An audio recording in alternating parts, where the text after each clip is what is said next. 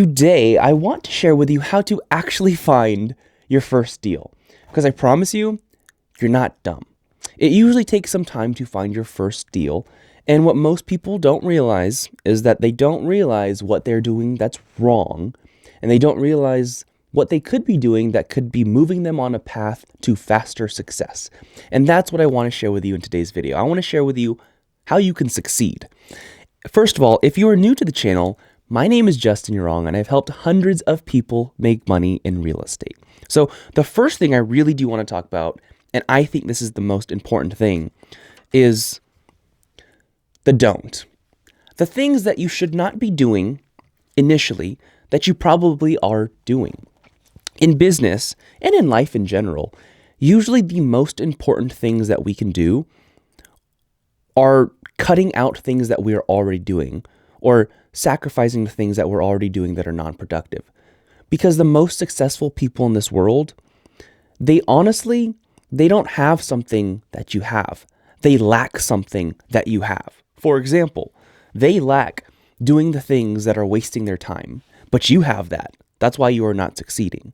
They lack that. And so if you want to be like them, or you want to be successful in your journey in real estate, you have to remove the things that you are doing. And the things that are going to not benefit you right away are going to be what's called the non-revenue generating activities. Non-revenue generating activities are simply the things that you are doing in business that are important to the business, but they're not going to be making any money to the business. And what I see all too often is most new real estate investors will claim to be in business, but they're not actually doing business. And I was guilty of this too, so I don't want you to worry too bad. When I was just getting started as a real estate investor, what was that, 4 years ago or something like that? But when I was just getting started as an investor, I remember I spent all my time, trying to set the office up, trying to get business cards, trying to set up the website, and just doing all these other tasks that were non-revenue generating activities because I wanted to be in business. This was my first business ever, or I guess second. I was a personal trainer in the past, but one of my early businesses. And I remember just being super excited to claim to be a real estate investor. And at the time, I remember I bought one rental property and I was like, yeah, full-time real estate investor now. Let me hop into this thing. And I was just doing nothing for lead generation. I was doing nothing to try to find deals, which honestly, that's the important stuff at the beginning. Because if you want to be in business and you want to continue to be in business, you have to first make money. And if you don't make money, you're not really in business. So that's the first thing that I think I have to really stress is do not waste your time doing the unproductive or the non-revenue generating activities.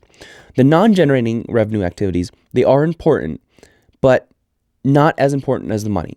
You want to get the money first, and then as you focus on the generating or the revenue generating activities, you will start accumulating a lot of money, and from there, you can decide, okay, now where should my time be spent? Should it be spent still on this revenue generating activities? Do I like this stuff? Do I like the cold calling? Do I like the talking to sellers?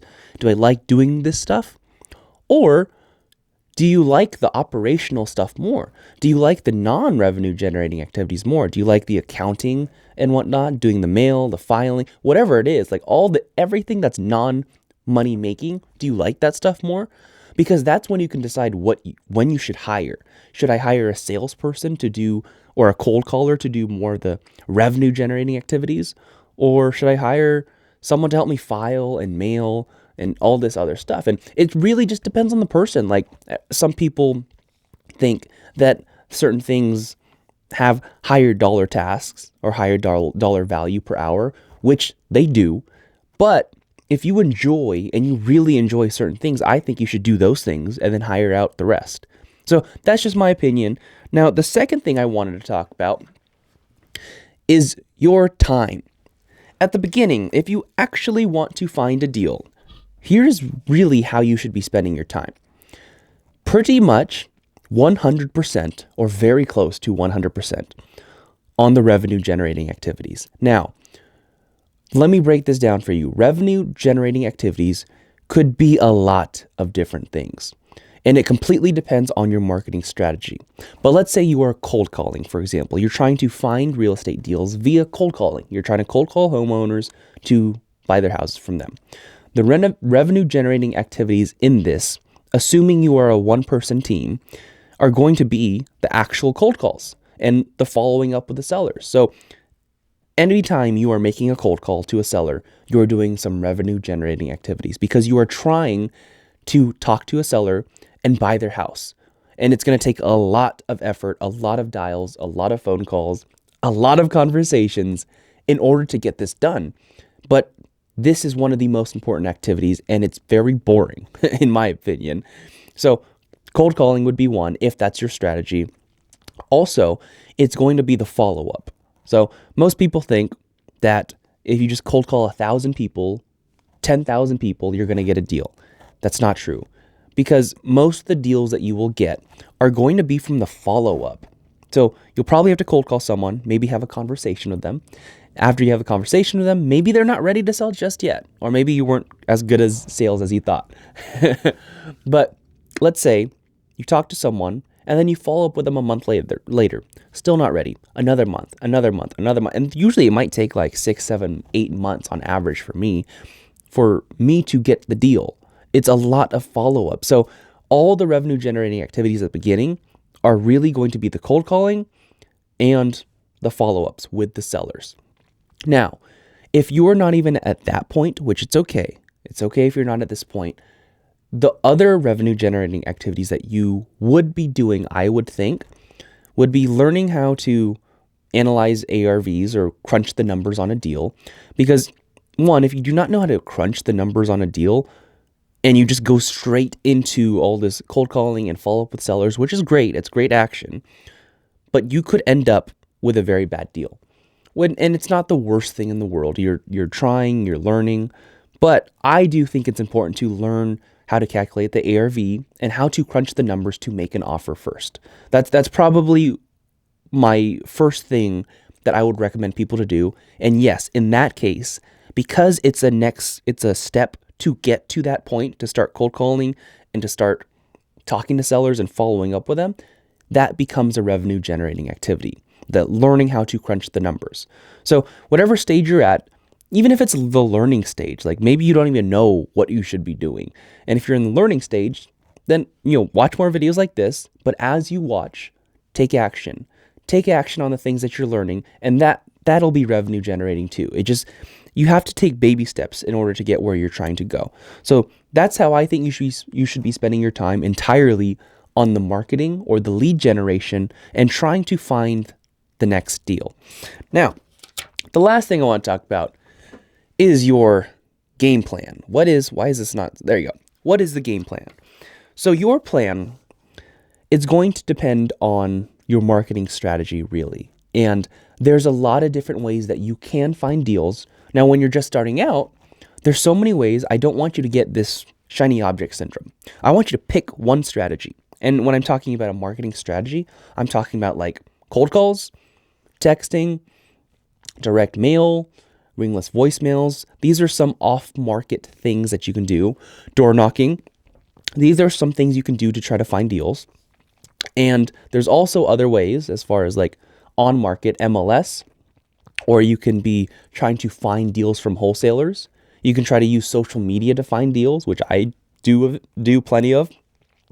There's a lot of different ways. Now, when you're just starting out, I would recommend pick one. Pick one strategy and stick to it. Now, once you pick your strategy, I want you to figure out what your KPI will be, what your target KPI will be. And if you're super confused, here's what KPI means. It's your key performance indicator.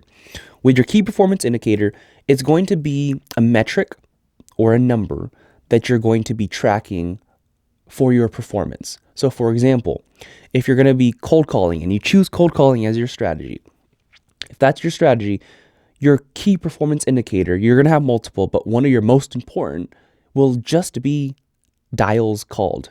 Like every single day, you're going to track how many people did you actually call today. Is it 1,000? Is it 2,000? And it takes a lot of volume. Like you probably should be calling 1,000 plus people every single day if you want to get a deal fast.